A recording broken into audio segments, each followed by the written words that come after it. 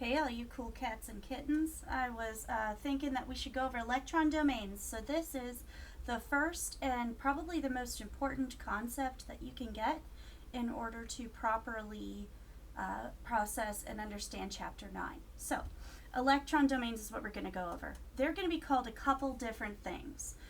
Electron groups also. I could say electron dense areas. I could also say electron pairs. Right? I believe that your lab says electron pairs, so let's put that in there.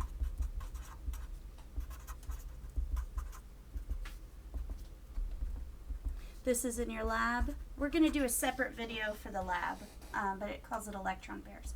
So, what is a bonding domain? This is any single, double, or triple bond. And each only counts once. So it doesn't matter if you have single, double, or triple bonds around something, it only counts once. So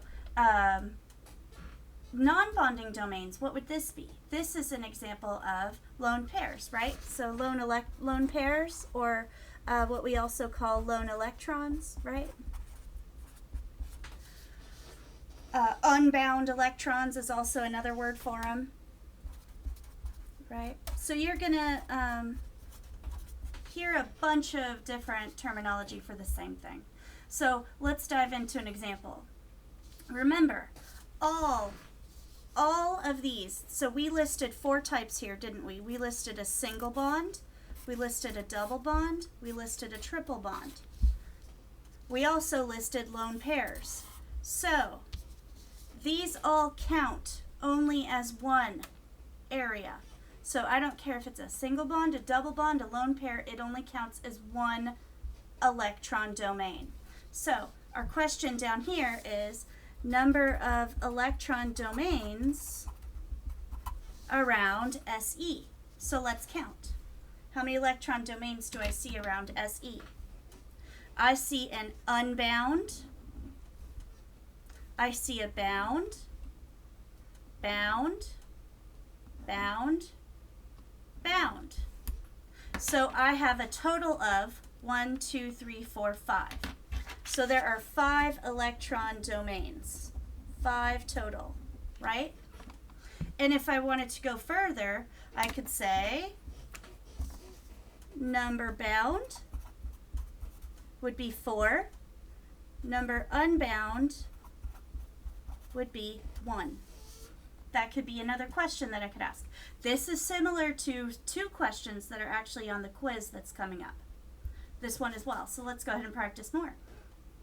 How about around C? How many electron domains are around C? Well, let's highlight the areas here. I see an area of electron density there, or an area of electron pairs, or electron groups. So 1, 2. The answer is 2. So what we just put into practice was what I had said earlier, is that whether it's a single, double, triple, or a lone pair, it doesn't matter, they all only count as one electron domain. How about around nitrogen? There's one area of electron density, so one area of electron groups, and another area. So 2. So it looks like nitrogen has the same situation, right? Just 2. So for carbon, it looks like it has one bound area of electron bonding and one unbonded electron bonded. So we could also ask, let me find the exact verbiage from the quiz.